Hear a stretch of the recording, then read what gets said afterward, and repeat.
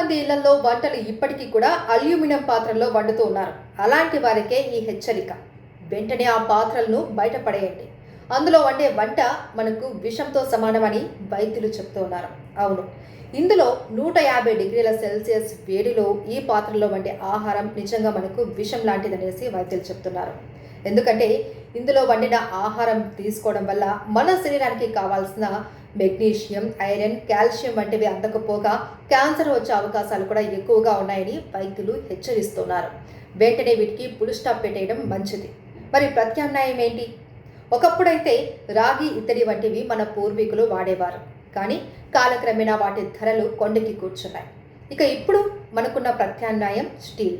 అవును, స్టెయిన్లెస్ స్టీల్లో కనుక మనం వంటలు వండుకుంటే కొద్ది వరకు మనం ఉపశమనం పొందొచ్చు. కానీ దయచేసి ఈ అల్యూమినియం పాత్రలో మాత్రం మనం వంట వండుకోవడం అంత శ్రేయస్కరం కాదు. వెంటనే ఈ అల్యూమినియం పాత్రల్ని బయటపడేయండి. అయితే మన శరీరానికి అల్యూమినియం కూడా ఇంపార్టెంటేనంటండి. అయితే మన శరీర బరువు ఎంత ఉంటుందో ఆ బరువులో 2% వరకు అల్యూమినియంని తీసుకోవచ్చు. అలాగని ఎక్కువ మోతాదులో తీసుకుంటే చెప్పాం కదా, కాల్షియం, ఐరన్, మెగ్నీషియం వంటివి అందకపోగా క్యాన్సర్ వచ్చే అవకాశాలు కూడా ఎక్కువగా ఉన్నాయి. సో ప్రతి ఒక్కళ్ళు కూడా అలర్ట్ అయ్యి స్టెయిన్లెస్ స్టీల్ని, ఇప్పుడు మనకు మట్టి పాత్రలు కూడా అందుబాటులో ఉన్నాయి. సో వాటిని ఉపయోగించుకోవడం ఎంతో మంచిది. ప్రభుత్వ నియంతృత్వాన్ని ప్రశ్నిద్దాం. సాక్షి టీవీపై జరుగుతున్న దమనకాండను అడ్డుకుందాం. తెలుగువారి మనస్సాక్షి సాక్షి టీవీ. సాక్షి టీవీ ప్రసారాల కోసం వెంటనే మీ లోకల్ ఆపరేటర్ను సంప్రదించండి.